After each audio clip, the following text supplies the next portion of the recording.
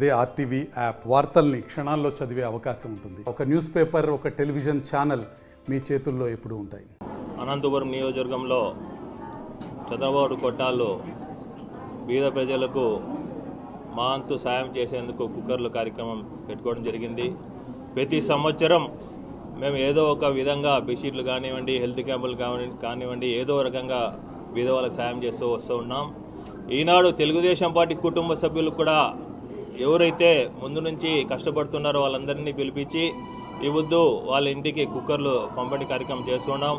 వాళ్ళు ఇంకా తెలుగుదేశం పార్టీకి ఇంకా బలపరచాలని, ఇంకా అందరినీ కలుపుకొని పాత వాళ్ళు ఎవరైతే దూరం ఉన్నారో అందరూ వచ్చి మన తెలుగుదేశం పార్టీకి బలపరచాలని చెప్పి చంద్రబాబు నాయుడు గారు చేస్తున్న గతంలో చేసిన అభివృద్ధి చూడండి, ఇప్పుడు చేస్తున్న జగన్మోహన్ రెడ్డి చేస్తున్న అభివృద్ధి చూడండి. ఏదో మీకు 10,000 5,000 ఇచ్చుకుంటూ మీకు పబ్బం కడుతున్నారు కానీ మా పిల్లల భవిష్యత్తులు అర్థం కాని పరిస్థితులు చేసి పెట్టిన జగన్మోహన్ రెడ్డికి వేస్తారా, ఇవి చంద్రబాబు నాయుడుకి వేస్తారా అని చెప్పి ఇవ్వద్దు. తెలుగుదేశం పార్టీ కుటుంబ సభ్యులందరినీ పిలిపించి మనమందరం కష్టపడి మళ్ళీ చంద్రబాబు నాయుడు గెలిపించుకోవాలని చెప్పి ఇవ్వద్దు. ఏదో ఒక కార్యక్రమం చేసుకుంటూ పోతున్నాం.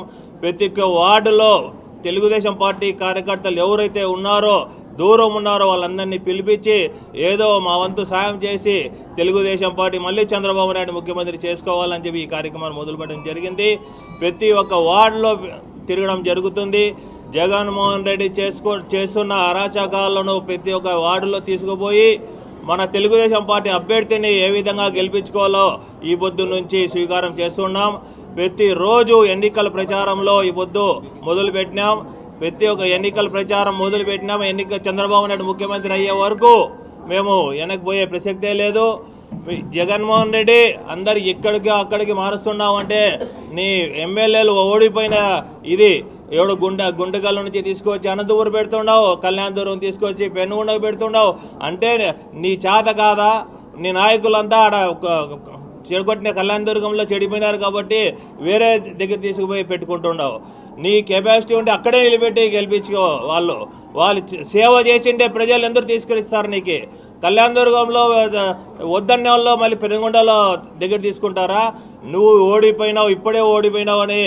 ఆ రోజు రాజశేఖర రెడ్డి గారు ముఖ్యమంత్రిగా ఉన్నప్పుడు ఈ రాష్ట్రంలో అతి కిరాతకంగా పరిటాల రవితో సహా ఈ జిల్లాలో 46 మందిని మర్డర్ చేసినప్పుడు కూడా భయపడకుండా వన్ను తట్టకుండా కార్యకర్తను దగ్గర పెట్టుకొని ఈ నగరంలో ఎన్నికలు జరిగితే 14 కార్పొరేటర్లు, ఒక రూరల్ మండలంలో ఎంపీపీ, జెడ్పీటీసీ, 4 పంచాయతీల్లో 3 సర్పంచులు, మళ్ళీ అదేవిధంగా 4 పంచాయతీలో 10 ఎంపీటీసీలు ఉంటే 8 ఎంపీటీసీలు గెలిపించిన ఘనత జక్కీవుల్లా గారు ఆ రోజు చేశారని చెప్పేసి ఈ సభాముఖంగా మేము తెలియజేస్తున్నాం. చంద్రబాబు నాయుడు గారు కూడా మేము ఒకటే చెప్తున్నాం, అనంతపురం నగరంలో మైనార్టీలు మరి బలిజీలు ఎక్కువ సామాజికులు ఉన్నారు కాబట్టి బలిజీలు కూడా 2 సార్లు ఇచ్చి 2 సార్లు ఓడిపోయేటప్పుడు బలిజీలకు టికెట్ ఇచ్చారు. మైనార్టీ కూడా 18 2004లో ఓడిపోయి ఇచ్చారు కాబట్టి ఈసారి ఖచ్చితంగా నష్టపోయిన కుటుంబం కాబట్టి రామతోల్ల గారు చనిపోయారు కాబట్టి ఈ పక్కనే అర్రాఫత్ కూడా ఉన్నాడు. ఆ రోజు ఆ పిల్లోడు 4 సంవత్సరాల పిల్లాడు, ఈ పొద్దు ఆ పిల్లోడికి 24 సంవత్సరాలు ఉన్నాయి. ఖచ్చితంగా అనంతపురం నగరం అంతా తిరిగి ఖచ్చితంగా జక్కీవుల్లా గారికి టికెట్ ఇవ్వాలని చెప్పేసి ముక్త కంఠంతో కార్యకర్తలంతా కూడా మేమంతా కూడా కోరుకుంటున్నాం. ఎందుకంటే నష్టపోయిన కుటుంబం కాబట్టి భర్తీ చేయాలని చెప్పి అడుగుతున్నాం తప్ప ఒకరికి ఇబ్బంది కాదు, ఒకరి పోటీ కాదు. కాబట్టి మైనార్టీ కూడా అనంతపురంలో ఇవ్వాలి కాబట్టి ఓటు శాతం ఉన్న కులం ఉన్నా కాబట్టి బలిజాసు ముస్లిమ్స్ అందుకు అనుభవ సంబంధాలు బాగున్నాయి కాబట్టి ఇబ్బంది ఏం లేదు. కాబట్టి కష్టపడుతున్నాడు, సేవా కార్యక్రమాలు చేస్తున్నారు. ఆలమూరు సర్పంచ్గా 5 సంవత్సరాలు పనిచేశారు. వాళ్ళ